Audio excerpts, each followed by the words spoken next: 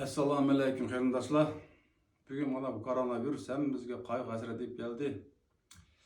Endi bu og'riqlarni Xudoyim yarib bo'g'ay ishlagan Allohga. Hammalarning sevmasiga baxt, saodat, bu kunlarni ketib, yaxshi kunlarni kelib qola, Xudoyim buyursa. Endi sizlarga bir juft naqsh aytishni to'g'ri keldi.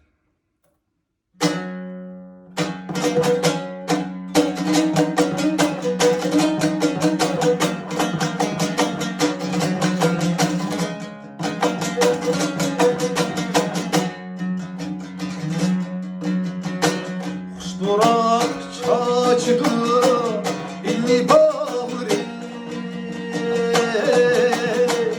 Yizge çükülge avran tağrı Durak çaçdı illi bağrı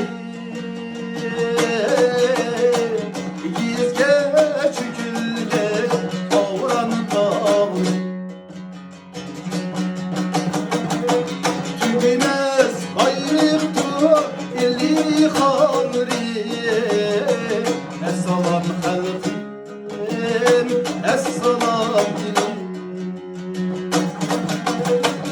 Tübünüz ayrıktı illi xanri Esselam halkım, esselam dilim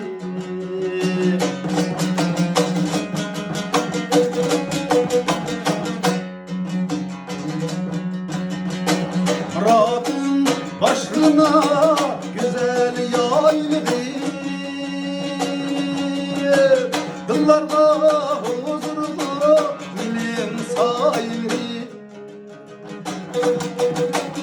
Emnige titidu etken çayri Esselam halkım, esselam dilim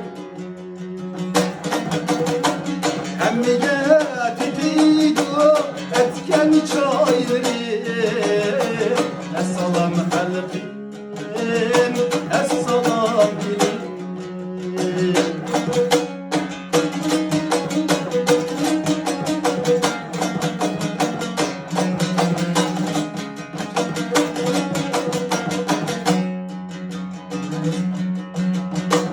Külki bar sininde meşrep kaynaydı